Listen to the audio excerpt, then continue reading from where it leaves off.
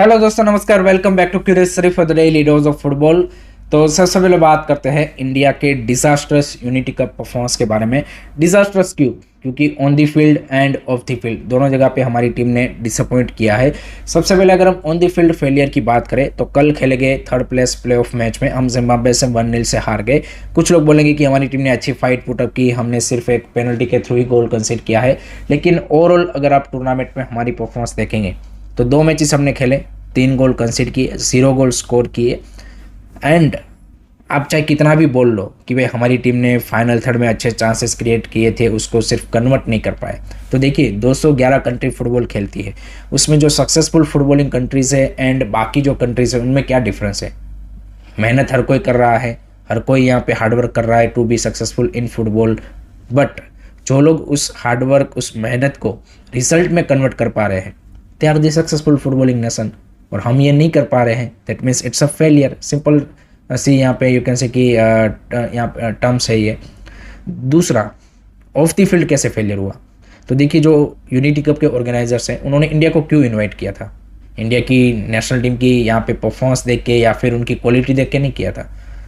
उन्होंने यहाँ पे कमर्शियल एंगल देखा कि भाई इंडिया का एक बड़ा कम्युनिटी यूके में रहता है, तो अगर इंडिया की फुटबॉल टीम वहाँ पे खेलने आएगी तो 100% वो लोग भी यहाँ पे नेशनल टीम को देखने आएंगे, उससे हाइप भी बनेगा, यहाँ पे टूर्नामेंट का वैल्यू भी बढ़ेगा। बट ऐसा कुछ नहीं हुआ। हमने देखा जमैका एंड जिम्बाब्वे के सामने कितने जो इंडियन लोग यूके में रहते हैं वो लोग वो मैच देखने आए थे।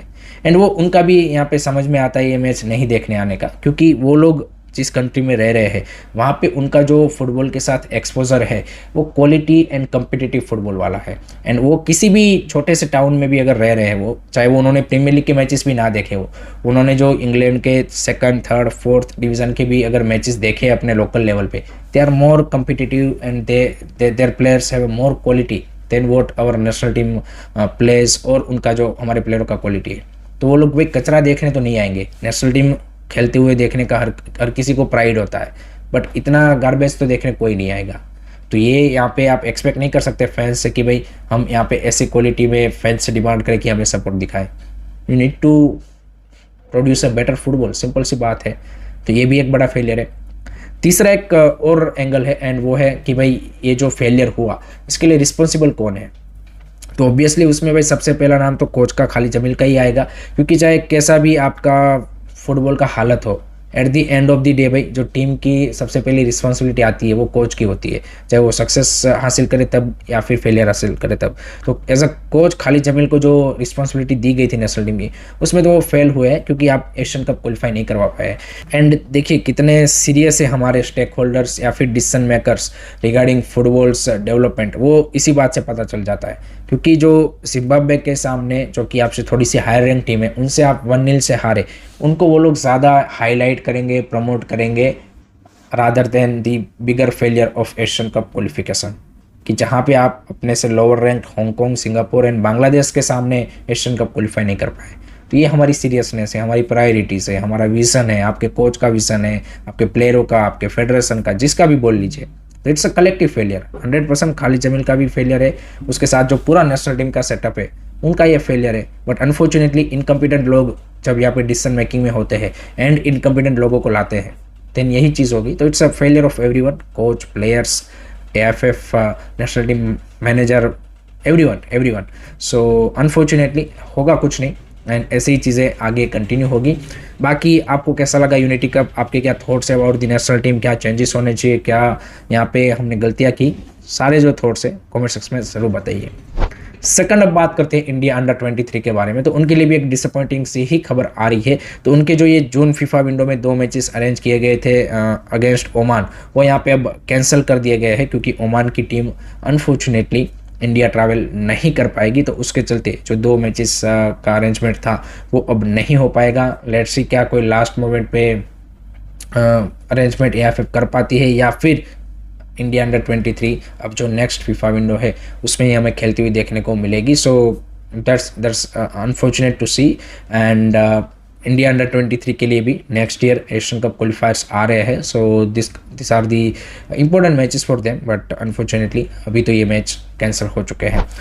थर्ड बात करते हैं इंडिया अंडर 20 के बारे में। तो उसके लिए भी भाई AFC under 20 Asian cup qualifiers के ड्रॉ अनाउंस हो चुके हैं and India is in group with the host Uzbekistan, then Syria and Bangladesh. ज़्यादा उम्मीद टू बी ऑनेस्ट मेरे को इंडिया अंडर 20 टीम से है नहीं, क्योंकि उनके जो कोच है महेश गावली एंड चाहे बिबियानो को भी दे दे, किसी को भी दे दे, जो हमने रिसेंटली साफ अंडर 20 में परफॉर्मेंस देखी उससे तो नहीं लग रहा कि भाई वो टॉप 2 में फिनिश कर पाएंगे, क्योंकि Uzbekistan is really strong team, Syria भी अच्छी टीम है एंड बांग्लादेश के सामने अब साफ अंडर 20 हार चुके हो, सो क्या ही बोले भाई।